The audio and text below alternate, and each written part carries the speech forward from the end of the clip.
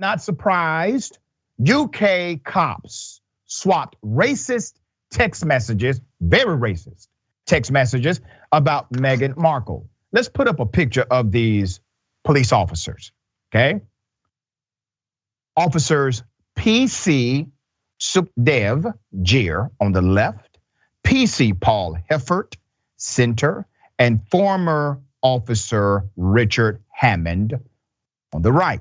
All three, let's keep the pictures up, all three failed to challenge and or report the other on the WhatsApp group after receiving the offensive messages. The WhatsApp group was called, but they promised, and was active between January and December of 2018. This is now coming to the forefront.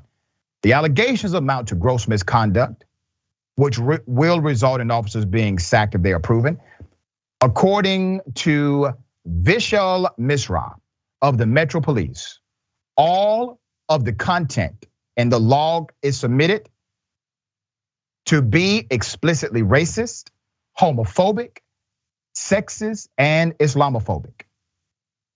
Vishal Misra quizzed PC Jeer about a meme, let's put the meme up, that showed the image of a toy that was captioned, a sneak preview at Meghan's wedding dress. Responding to this, PC Jeer said he did not find this funny even at the time, okay? This is a black fictional character characterized by black skin, eyes rimmed with white, big red lips, and frizzy hair. You've seen this imagery common also in America, all right? Racism is an international dynamic, a global sport, so to speak. In the 19th century, a book that it originates from, the doll was described as a horrid sight, okay? The blackest gnome, it was also called, let's put it back up again, and has since represented a racist caricature of black people across Europe and Australia. So everybody is aware this is racist. Nobody can say, oh, I had no idea this was something racist. Okay, nobody can make that claim. The panel heard that PC Jeer posted an image of a young boy in a hoodie captioned as, and I quote, monkey in the jungle, and superimposed with an image of a penis. Another meme was put to PC Hefford, who showed two black men lying next to two white women. It was captioned, girls trip to Jamaica. One came back pregnant, the other came back with syphilis. Just kidding, they're both still missing. What's the post? Question on as to why that was funny, he replied, and I quote, in general, Jamaica is known to be a safe place to go out, to not be a safe place to go out on your own. There is quite a big gang community there and they do kidnap people. So it's just a little play on words, just a silly meme, nothing more, nothing less. So what do we see here? We see not only the same level of racism, the same vitriol against an individual that is supposedly celebrated. I said from day one, they're not gonna celebrate Meghan Markle, all right? The police officers are showing their racism. And the irony is some of them are people of color. Some of the officers involved actually are darker than me, engaged in this kind of racist rhetoric, not only against Meghan Markle, that's kind of the microcosm. The macrocosm is the fact they hold these attitudes generally about people of color. And it extends beyond simply one person. Now, think about it this way. If a police officer who has significant public trust, they literally have a license to kill. If they hold these biases internally, do you not think they permeate these biases in their external action toward those around them? Of course it does. That bias is indoctrinated and ingrained. It is instilled. Now, one thing I do appreciate about this, more so than the typical American police department, is that you don't see the same level of defense from those in local power. This is an operation of exposure. Now, we have covered cases like this where in the UK, it was the opposite. So I'm not saying the UK has figured it out. What I am saying that in this case, they are exposing individuals who are involved. They do have a due process dynamic. They're going through that due process now. But once again, international racism, All right, AB, thoughts here. So is this what Prince Charles meant when he said he recently learned about how slavery has affected Black people and the responsibility that they had on this?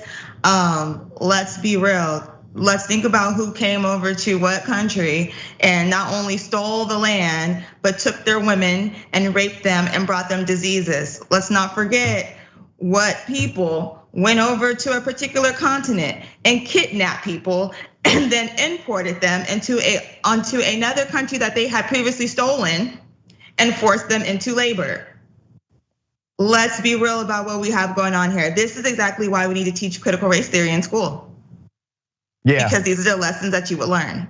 And I've said this now. I say, the problem is not that we teach it. The problem is we don't. Critical race theory should be taught in K through 12 education. And here's another dynamic. We know about revisionist history where the dominating social structure will write or rewrite history in a way that's favorable to them. We see it happening right now, even in places like Texas, right?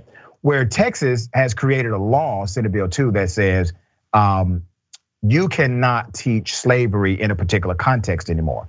And so the recommendation was made to teach slavery as involuntary relocation. The reason why I bring that up is because there's no other law that prohibits an educator from teaching the truth or teaching history, except as it relates to slavery. And so this recommendation was made to the Texas Board of Education, and it says, okay, we no longer want to say slavery. We recommend that you say involuntary relocation. Think about it this way, AB. You're a law student, I'm a law student. Would we ever call a person robbing a bank involuntary relocation of the money? Like, we would never even consider to massage the language in such a way. But we literally have laws being passed in order to not just water down the history of our country, but to literally change it at its core. What are your thoughts on that? No, I totally agree with you. We are disassociating the reality of why these laws were put in place and who they are meant to victimize and who they are meant to uplift. But like you said, we see this in contextual history all the time. They change the narrative, they use wordplay to mitigate the damage that they are doing and the reality of the crimes that they are committing. And it's a scary place to be in, but this is why we have to take to the polls and we have to be vigilant. And this is why we need leaders who are willing to spread the information in the correct and accurate way. Yeah, and at the end of the day, America is a policy-based country. While economy is extremely important, having access to education is very important. Remember, everything that we experience basically is based on a policy, all right? When we drive down the street, to our interaction with law enforcement, even our access to various opportunities in the marketplace, it comes down to a policy. All policies are passed, maybe not written, maybe not originated, but they are passed by a politician at some point, okay? So when we talk about participating in democracy as an election standard, we're not talking about voting for personalities. We're not talking about vote because you like somebody. We're not talking about vote because somebody told you to. We're talking about vote because there's a policy issue in front of you, and that policy issue can create possibly a better life for you and your family, or a worse one. A better life for you and the community you love, or a worse one. And this is such a dogmatic issue that those on the right, they are literally creating policies so that people who are willing to manipulate the vote count are in place to do so. Because they know it's not only about who cast the ballot, but it's also about who counts them. And they are creating a strategy right now to be in position to overturn elections in general. And remember, 2 or 3 years ago, AB, 2 or 3 years ago, legislatures, Republican-led legislatures across this country, state governments, they passed trigger laws. They said, okay, if Roe v. Wade is overturned, these laws are going to go into effect. Many Democrats were sleeping on that, saying, Roe v. Wade will never be overturned, fine. Even a couple of Democrats voted for the damn thing, thinking and saying on the record, they'll never get Roe v. Wade overturned, so it's a non-impact rule. Well, guess what? They knew, AB, they knew it was going to be overturned. They didn't pass these trigger bans 20 years ago. They passed them 2, 3, and some even 1 year ago, All right, I let you get the final closing words here.